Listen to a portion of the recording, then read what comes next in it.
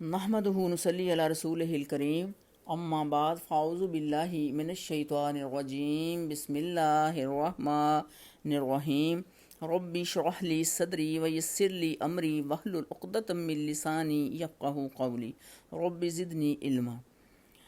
آج ہم سورہ یوسف کی آیات دیکھتے ہیں ترجمہ اور تفسیر کے ساتھ۔ پچھلی ویڈیو میں ہم نے آپ سے اس کا شان نزول بیان کیا تھا جو یقیناً آپ نے سنا ہوگا، تو چلیں شروع کرتے ہیں۔ بسم اللہ الرحمن الرحیم، الف لام را، تلک آیات الکتاب المبین، یہ اس کتاب کی آیات ہیں جو ہر بات کی وضاحت بیان کرتی ہیں۔ انا انزلناہ قرآنا عربیا لعلکم تعقلون، ہم نے قرآن کو عربی زبان میں اس لیے نازل کیا ہے تاکہ تم اسے سمجھ سکو۔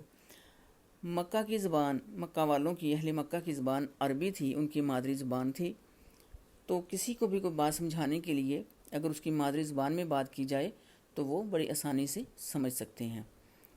تو اللہ تعالیٰ نے عربی میں قرآن نازل کر کے ان کو مخاطب کرتے ہوئے فرمایا ہے کہ ہم نے نازل ہی اس لیے کیا ہے قرآن عربی میں تاکہ تم عقل سے کام لو، اس کو سمجھو۔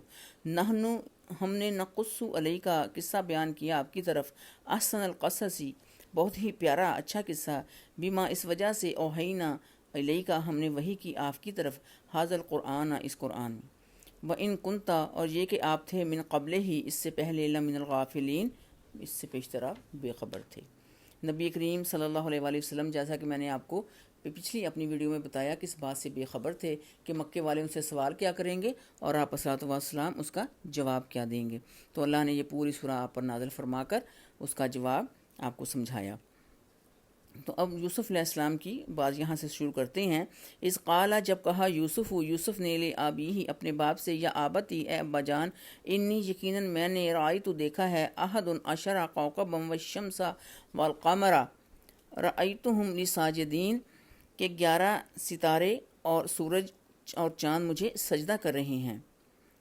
تو پھر کیا جواب دیا باپ نے؟ قالا، کہا، یا بنیا، اے میرے بیٹے، لا تقصص رؤیاک علی اخواتک، کہ یہ خواب اپنے بھائیوں کو نہ بتانا، فیاکدوا لک کیدا، ورنہ وہ تمہارے لیے کوئی بری تدبیر سوچنے لگیں گے۔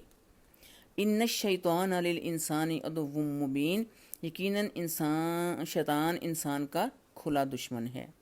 یوسف علیہ السلام کے حقیقی بھائی صرف بنیامین تھے، وہ ان کے سگے بھائی تھے اور ان سے چھوٹے تھے، اور باقی 10 بھائی سوتیلے تھے اور ان سے بڑے تھے۔ سیدنا یوسف علیہ السلام سے ان کے والد سیدنا یعقوب علیہ السلام کو والہانہ محبت تھی۔ ان کی کئی وجوہات تھیں۔ ایک تو یہ کہ والدین کو عموماً چھوٹی اولاد سے نسبتاً زیادہ پیار ہوتا ہے۔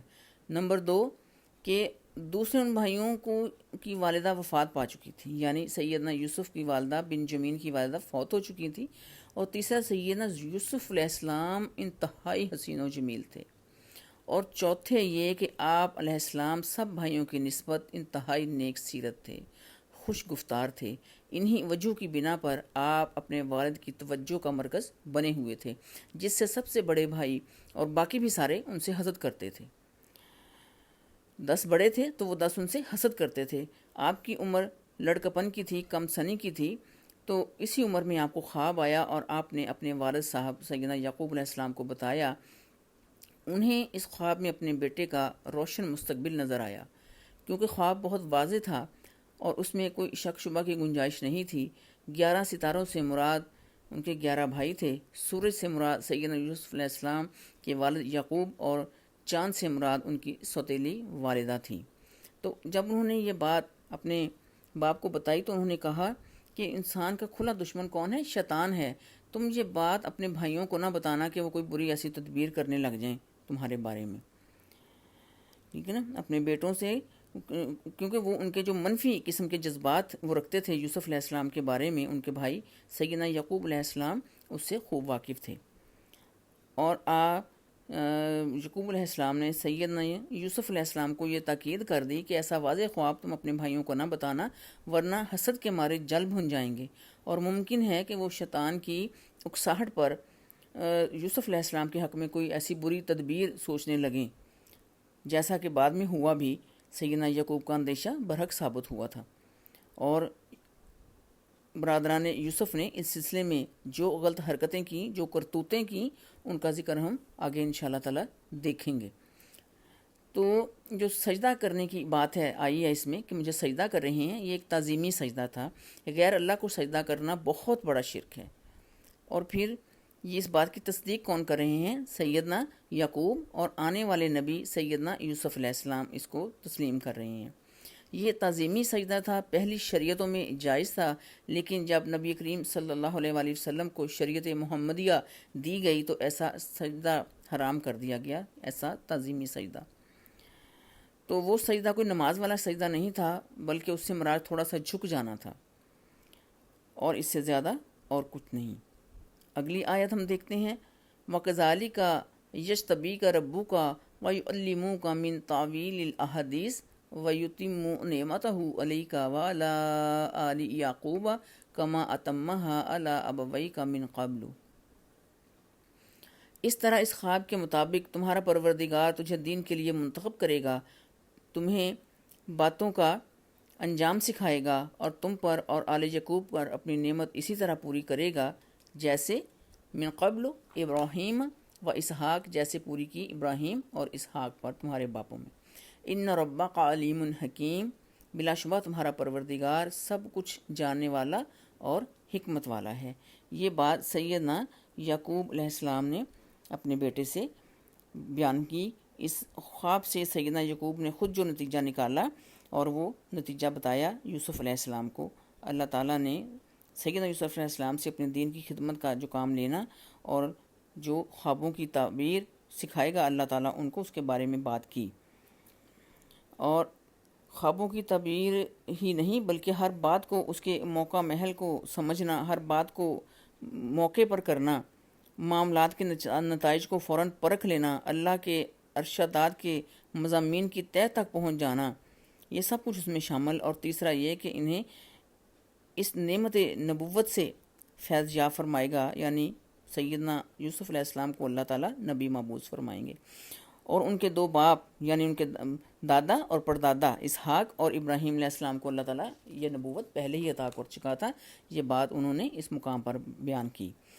تو سیدنا یعقوب نے عاجزی کے ساتھ، بڑی تواضع کے ساتھ اپنا نام تو نہیں لیا، لیکن اپنے دادا کا، اپنے باپ کا اور دادا کا نام لے دیا، سیدنا اسحاق کا اور ابراہیم کا، ٹھیک ہے۔ حالانکہ وہ خود بھی بڑے جلیل القدر نبی تھے، اور آپ کی اولاد میں ہی آئندہ سے یہ سلسلہ نبوت جاری رہا، اور نبی کریم صلی اللہ علیہ وآلہ وسلم وہ واحد نبی ہیں جو سیدنا اسماعیل کی اولاد میں سے تھے، اور باقی سارے نبی بنی اسرائیل میں سے آئے ہیں۔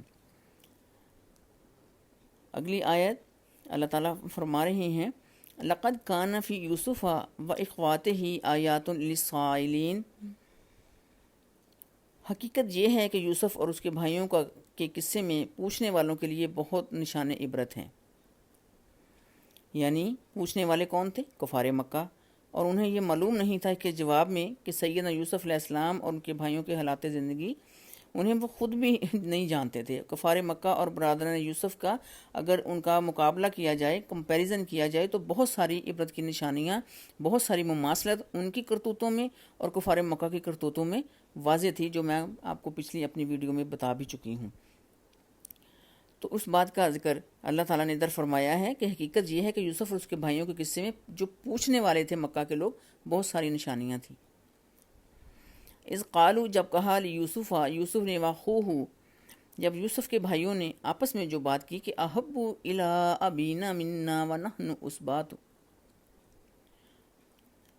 جب یوسف کے بھائیوں نے آپس میں کہا یوسف اور اس کا بھائی ہمارے باپ کو ہم سے زیادہ محبوب ہے، ان ابانا لفی ضلال مبین، حالانکہ ہم ایک طاقتور جماعت ہیں، ہمارا باپ تو صریحاً گمراہی میں ہے، بھول میں ہے۔ یہ بات انہوں نے آپس میں کی، یعنی باپ کی خدمت تو ہم کرتے ہیں، کما کر تو ہم لاتے ہیں، مشکل وقت میں کام بھی باپ کے ہم آتے ہیں، اور لیکن شفقت اور پیار ہماری بجائے وہ یوسف سے کرتے ہیں، اس کے بھائی بنیامین سے کرتے ہیں۔ چاہیے تو باپ کو یہ ہے کہ باپ کی توجہ ہماری طرف ہوتی، لیکن توجہ کا مرکز یہ دونوں بھائی بنے ہوئے ہیں، دونوں بیٹے بنے ہوئے ہیں، اور یہ ہمارے باپ کی بڑی بڑی گمراہی ہے۔ تو ضلال مبین یعنی کھلی گمراہی، یعنی حقیقت جو بات ہے اس کے باوجود ہمارا باپ ان دونوں کی محبت میں ڈوبا ہوا ہے۔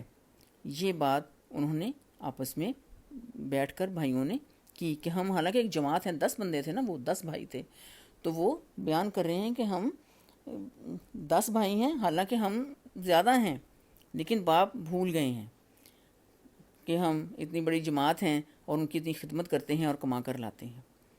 تو یہ بات انہوں نے آپس میں کی۔ آج ہم نے جو 8 آیات کی ترجمہ اور تفسیر دیکھی، انشاءاللہ ہماری اگلی ویڈیو میں باقی کا ہم اس کا مواد رکھیں گے، باقی آیات رکھیں گے۔ آپ ہمارے چینل کو سبسکرائب کریں اور بیل آئیکن پریس کریں اور نیکی کے اس کام میں ہماری مدد کریں۔ اللہ تعالی ہم سے قبول و منظور فرمائے۔ وآخر دعوانا الحمدللہ رب العالمین۔ السلام علیکم ورحمۃ اللہ وبرکاتہ۔